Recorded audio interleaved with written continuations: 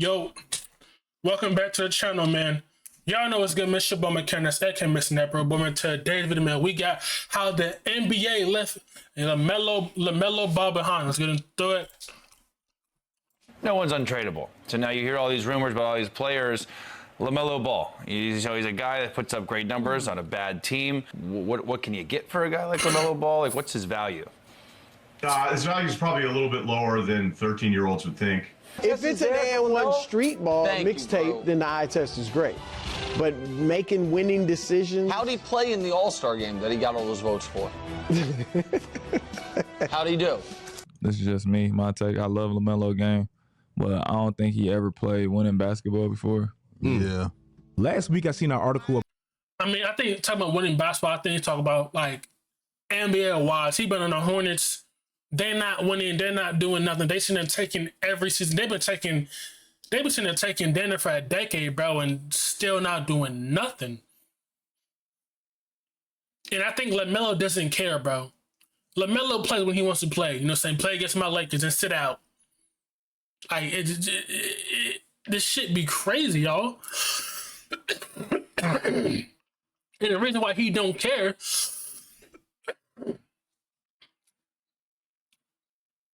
is because he getting paid. He getting paid max money to play basketball and lose. You know what I'm saying? About LaMelo possibly wanting out this offseason. And man, did it make me think. It kind of feels like the NBA left LaMelo behind. Contrary to what this worn out face of the league talk would have you believe, the NBA isn't starving for talent. So if you're not producing and specifically winning, you can't be an afterthought fast. Trust me, I get it. I know it's not all LaMelo's fault, but the Charlotte Hornets have never even won more than 43 games with LaMelo. That's borderline 500. I'll never forget Melo's rookie year, where he was easily the biggest media darling. Everything he did made the headlines. The passing, the flash, the family, his last name is Ball. I mean, his upside just seemed insane. But also, bro, he got drafted to the Hornets. He got drafted to the Hornets. Like, come on, to the Hornets. He didn't get drafted to a good team like Detroit, like, you know how to do something, or like a team like that. He got drafted to the Hornets. The Hornets are not a winning organization. The Hornets have never, ever been a winning organization. All they do is know how to lose and then play against the Lakers and then celebrate it like it's an NBA Finals. You're crazy. 5 years later, and specifically one All-Star appearance only later, it just feels like his career is at a standstill. When you just have that guy, even if you don't have the best talent, your team just naturally elevates. That's what I was expecting LaMelo to do with Charlotte, but it's actually been the opposite. Bro, the 5 years prior to LaMelo joining the Hornets, in that span, they won 46% of their games and they made one playoff appearance. In the 5 years since getting LaMelo, they now win 36% of their games and they haven't made one playoff appearance in the weak-ass East. I get it, the team is very poorly run, but LaMelo doesn't really make it better. Melo led the— And they literally drafted Shai Gilgeous-Alexander. It's the same team that drafted Kobe Bryant and traded him to my left. Eastern Conference All-Star guard fan vote by a landslide, like it wasn't even close. A lot of people thought he should have started in the All-Star game, but he ended up not even making a spot. The media clearly hates this man's game, and they clearly don't value that street ball losing ass style. And to be honest, I don't even think they're wrong. Ben Taylor made a fantastic video about LaMelo Ball's extremely unconventional style and really how it can be great and fun to watch when it works, but pretty bad and attributes to a lot of losses when it doesn't. And a lot of times it doesn't. I wasn't even really that mad that LaMelo didn't make the All-Star game because, bro, I'm not 12 and I'm not mad that bad basketball is not getting rewarded. The Charlotte Hornets have 16 wins this year, and this is what I mean when I say bad basketball. LaMelo's basically averaging 22 shots a game this year, and he's averaging 25 points a game this year. In the last 20 seasons, LaMelo averages the lowest field goal percentile. That is true, though. I don't think people want to see that little street ball movement, nigga, this ain't and one. This ain't their old 2001 street ball. especially in the NBA, they do not want to see that. If you want to do that, nigga, go overseas. Like, can he change? I don't know. Maybe. Can he play winning basketball in the NBA? I don't know. We honestly don't know if he can even play winning basketball in the league. You know what I'm saying? Of anybody that shoots the amount of shots he does, that's not good hoops. Yes, he's averaging 25. And yes, I understand that's very impressive. But when you really dive deeper into how he's doing it, I promise you it's not as impressive as the numbers would indicate. In the last 20 years, LaMelo has the lowest field goal percentile of anybody that averaged 25 points. And everybody else on this list, they're small guards. The crazy part to me is, I don't even think LaMelo is as bad as his numbers would scream. It's this man's shot selection. This man is addicted to these terrible, terrible shots. If you want to know why Charlotte loses so many games, it's their culture and how they just love bad basketball. And let me show you. I'm saying, bro, it's because they love losing. This team loves losing until they change, get a different owner, a new GM and all that. Like, the Hornets can change, but, bro, they have it just... They're used to losing to where they don't care if they win or not. As long as they selling jerseys and making money, that's all they care about, bro. Teams like this don't give a fuck about winning nothing. It's the Hornets. Now you got the teams in the East like the Pistons. The Pistons coming up. The Pistons are coming up now. Like the Pistons now, like right now, not on a journey to where in the future the Pistons are going to be good to where people know about the Detroit Pistons, how that was in the early 2000s, you know what I'm saying, 2004, with Ben Wallace and all them, you know what I'm saying, going crazy, and the bad boy Pistons, you know what I'm saying?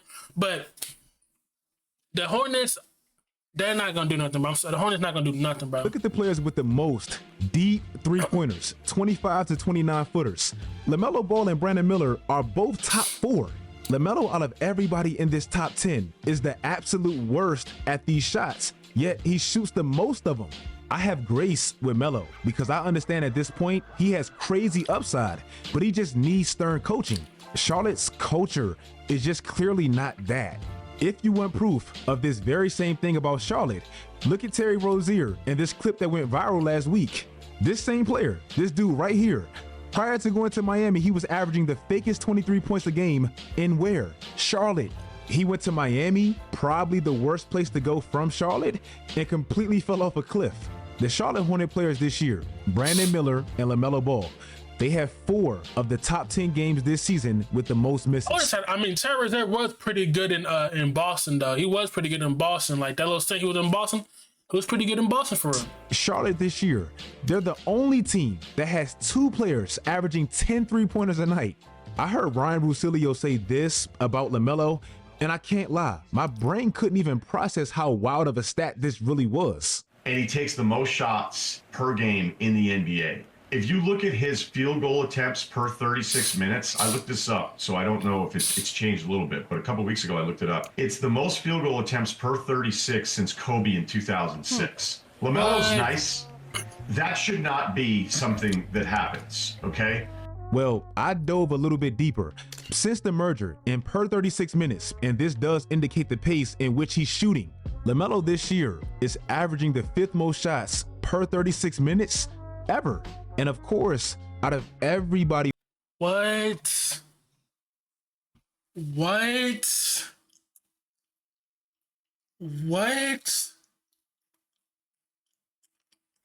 No, that's crazy. What the what? On this list, he's shooting the worst. Now, this isn't just a bash LaMelo Ball video. I still feel under the right system, and if he could consistently stay healthy, his upside is incredible. I believe LaMelo's a clear case of where you get drafted and how much that actually matters. Let's be honest. What jersey should LaMelo actually be wearing right now? Well, one of these. Warriors, you could love or hate Draymond, but I remember Draymond yelling and barking at Buddy Hield this year. And after that situation, he said this. I've happened to play a lot of championship basketball, a lot of meaningful basketball. Buddy hasn't had the opportunity to play a bunch of meaningful basketball in this league. Guess what? It's our job to make sure he understands what that means. And if people don't like it, so be it. That's why they don't have 4 championships and I do. Draymond's 1,000. He's not wrong though. You can love Draymond, you can hate Draymond. He's not wrong though. Like when you playing meaningful basketball, winning basketball, you know what to do. But when you go to these sucker ass franchise that they don't play meaningful basketball, they're just losing, and you stay there, like your mentality is gonna be there, where you just lose, do what the fuck you want. See, Buddy Hill hasn't played meaningful basketball. Buddy Hill hasn't been winning basketball game, winning playoff game. He been on what? The Kings, Pacers, Sixers, you know what I'm saying? Shit like that. Percent right. Buddy Hield has never even played in a playoff game before, so he doesn't even know what winning looks like. To some extent, to me, that's LaMelo Ball. When the Golden State Warriors won their last championship, who was the player that kind of came out of nowhere and actually ended up being one of their most instrumental pieces to that championship run? LaMelo Ball is obviously better than Jordan Poole, but they do share a lot of the exact same losing tendencies. In Golden State, Jordan Poole was allowed to learn and be molded by Golden State's culture and Stephen Curry and Klay Thompson and Andre Iguodala. And I'll be honest, I think they're stupid. They were stupid to trade Jordan Poole, bro. I'll be honest. I think Jordan Poole was perfect for that team, even after Curry retired, because Jordan Poole could have became that point guard for the team. Could have had him, Kaminga, Moody. You know what I'm saying? That could have been a little nice little squad, but they traded him away for Chris Paul and giving money to Draymond and Steve Kerr. That's why Jordan Poole had his most efficient seasons in Golden State. That's why Jordan Poole was able to get the bag he got in Golden State. The moment Jordan Poole left Golden State, what exactly happened? And I know he's playing a lot better now, but last year, well, Jordan Poole was damn near the most inefficient player all last year. Washington and Charlotte basically looked identical with how Harlem Globetrotter freestyle their basketball was. And Jordan Poole's game was basically put on full display of how goofy it can look without the Golden State system. Now imagine if he got drafted to Charlotte and never was mentored by Steph. So I don't know if he could lead a franchise like a Ja Morant, because he ain't had that experience. He went straight from high school, basically. Yeah. He had a different route. That overseas team garbage. Yeah. He played high school. That is true. Plus, he didn't go to college. He went overseas, so let the 1 year, I believe, play over there. You know what I'm saying? Did his thing, came to the league, got drafted to the bum ass team, the Charlotte Hornets. And I got the nigga used to losing with stuff. his brothers who Lonzo You making money, I don't think he really care if you're losing now. On a whole new circus. You know what I mean? He never really had to be a leader of a squad or take over a team. If the AAU team, they lost all the time. All the time. It was just always a show. That's true. My point is, get Melo out of Charlotte, please. He needs a new place where there's a good culture, possibly a proven coach, and a place where his game can evolve past the Chino Hill stuff. This is still a 6'7", 6'8" point guard that can shoot when he's not shooting from the damn parking lot every possession. I believe he can pass better than his teammates can even process. In his specific archetype, it just doesn't grow on trees. It's just being wasted because he's not in the right environment to me. If you guys like this video, let me know in the... You know, man, y'all know, is he speaking facts? Y'all know down below, man. Who knows, man. We don't really know. Yeah.